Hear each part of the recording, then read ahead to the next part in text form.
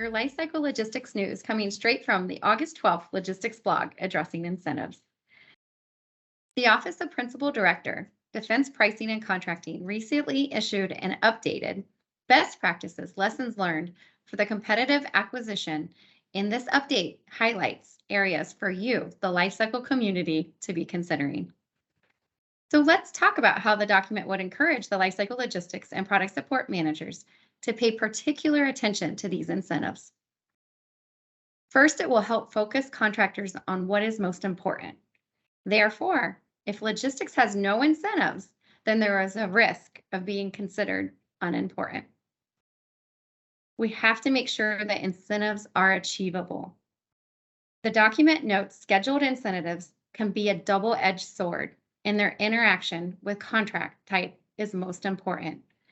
Please work with your contracting officers to understand how the interaction between incentives and contract type can affect what you're doing on a daily basis.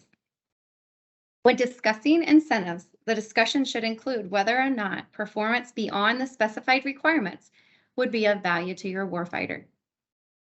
Consider the effects that schedule, technical, and cost incentives have on each other. Ask yourself, are we getting this correct? We can do this through working with other functionals as we're developing our incentives. Of note, and to reiterate, contract type makes a huge difference in developing incentives.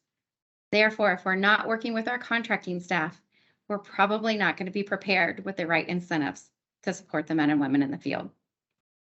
Lastly, consider whether the proposal describes how the offerer will achieve the aspects of the contract that are being incentivized.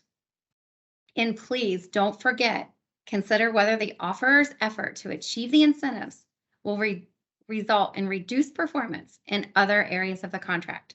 This is something that we want to avoid and understand. This information is provided today should give you a top-level view of the incentives and some key focus areas for our lifecycle logistics community.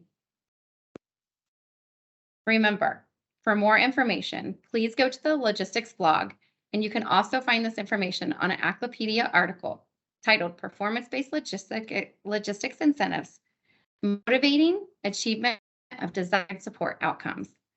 Thank you for your time today.